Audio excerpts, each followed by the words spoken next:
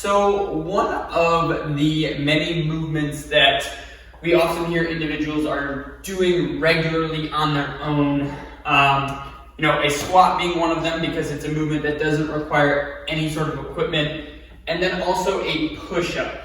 But oftentimes we notice that people are doing push-ups incorrectly, and what we're going to do today is we're going to focus on an elevated push-up so that we can ensure that we are actually working on a progression to make sure that our push-ups are perfect from the floor.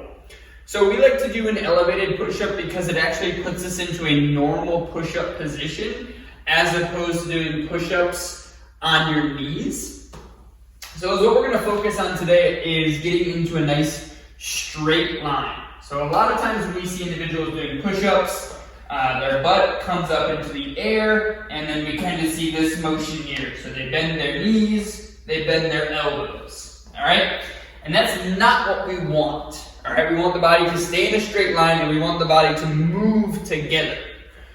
The other thing that we see a lot of is this big flaring of the elbows. So when I do a push-up, is what I want to think about is I don't want my elbows to necessarily flare all the way out to the side like so. I don't want them necessarily to tuck right against my body, but I want them about a 45-degree angle, okay?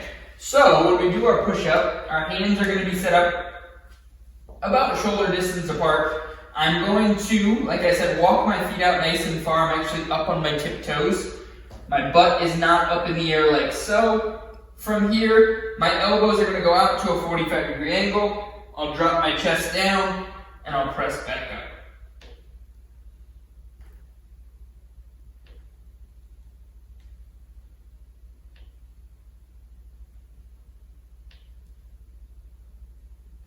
So, if you are someone that likes to do your exercises on your own, and you have a regular routine of squats, push-ups, and sit-ups, things like that, try this out. Make sure your push-ups are done well. And if you can do them well from here, then you can start to work your way down a little bit lower and lower towards the floor.